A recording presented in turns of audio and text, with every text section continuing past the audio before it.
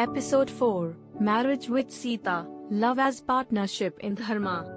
The years passed, and Rama's name grew in strength and reverence. In the forests, he had shown valor. In the Gurukul, he had shown discipline.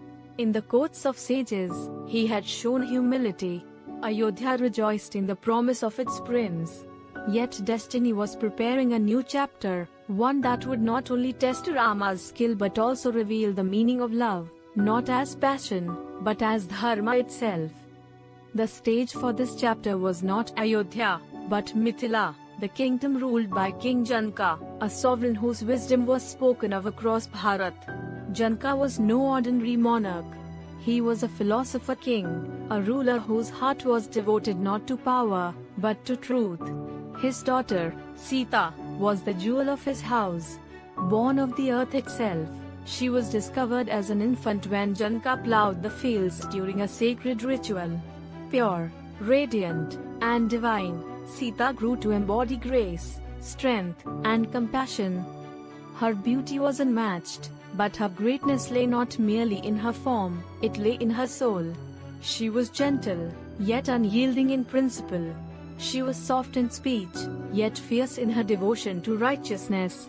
She was, in truth, Rama's equal, though they had not yet met. King Janaka had vowed that Sita would only marry the one who could prove his strength, his discipline, and his worthiness. In his palace rested a bow that no man could string, the bow of Lord Shiva, a relic of immense power. Kings from across the land came to Mithila, each hoping to win Sita's hand by lifting and stringing the bow. Yet one by one, they failed. Even the greatest warriors stumbled before its weight. The bow stood as a silent judge, declaring that true strength was not yet present among them. It was during this time that Vishwamitra brought Rama and Lakshmana to Mithila. Having protected the sage's sacrifice, they now traveled with him to broaden their learning. When Rama entered the city, the people of Mithila felt a presence unlike any they had known. His walk carried humility, yet his bearing radiated majesty. His eyes were soft, yet filled with power. The citizens whispered, "Is this the one destined for our princess?" In the palace courtyard, the challenge was announced. The bow of Shiva was brought forth, massive, shining, revered. The suitors who had once boasted fell silent in its shadow. Rama approached, not with arrogance, but with serenity. He bowed first to the bow itself, honoring the divine. Then, with calmness in his heart, he placed his hands upon it. The weight that had crushed others felt like nothing in Rama's grasp. With a steady breath, he lifted the bow as if it were a garland of flowers. And then, in one fluid motion, he drew the string.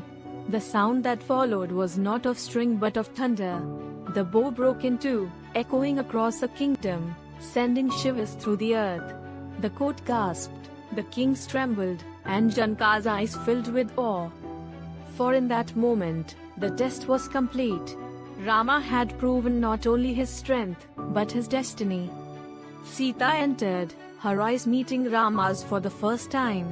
She carried a garland of flowers, her hands trembling not from fear, but from the weight of sacred union. As she stepped toward him, the world itself seemed to pause.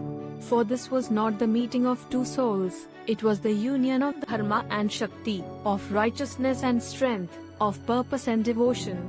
She placed the garland around Rama's neck, and as she did, their partnership was sealed.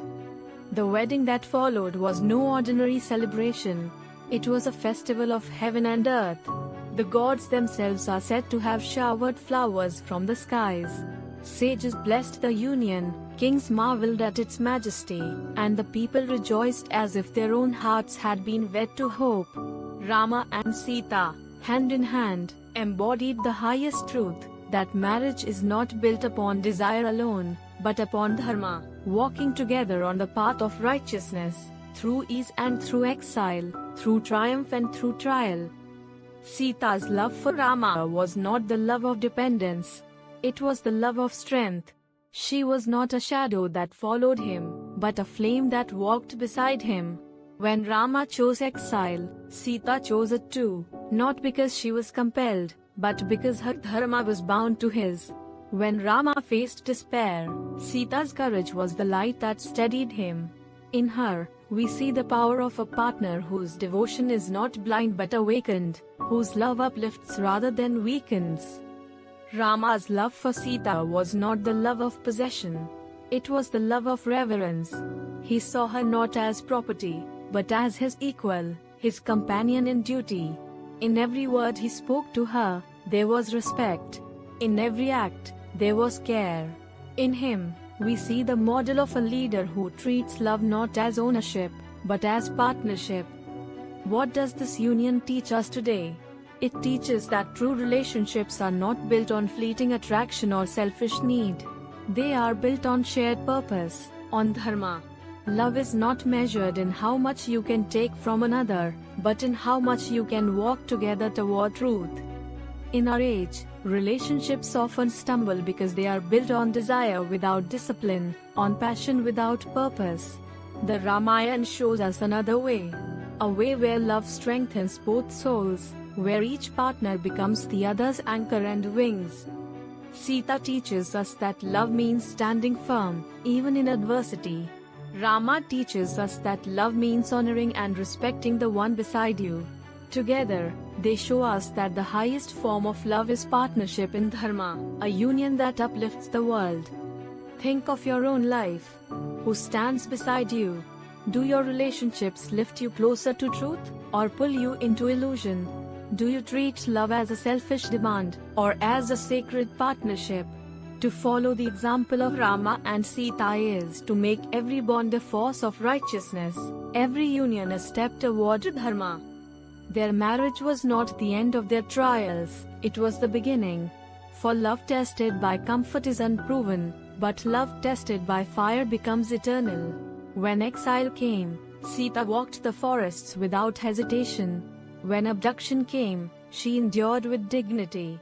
Their union was not fragile, because it was founded not on desire, but on shared dharma. This is the lesson for us. Love that is true will endure storms, because it is rooted in purpose greater than the self. As you reflect on this chapter, let it inspire you to see relationships in a new light. Whether as partners, friends, or family, let your bonds be built on mutual respect, shared values, and devotion to a higher truth. That is the way of Rama and Sita. That is the way of dharma. If this story touched your heart, if it reminded you of the power of love as a partnership in truth, support this journey of dharma with a symbolic donation of $11. And for the complete 15-episode uncut motivational Ramayan Vault, encompassing the journey from start to finish, claim it through the link in the description.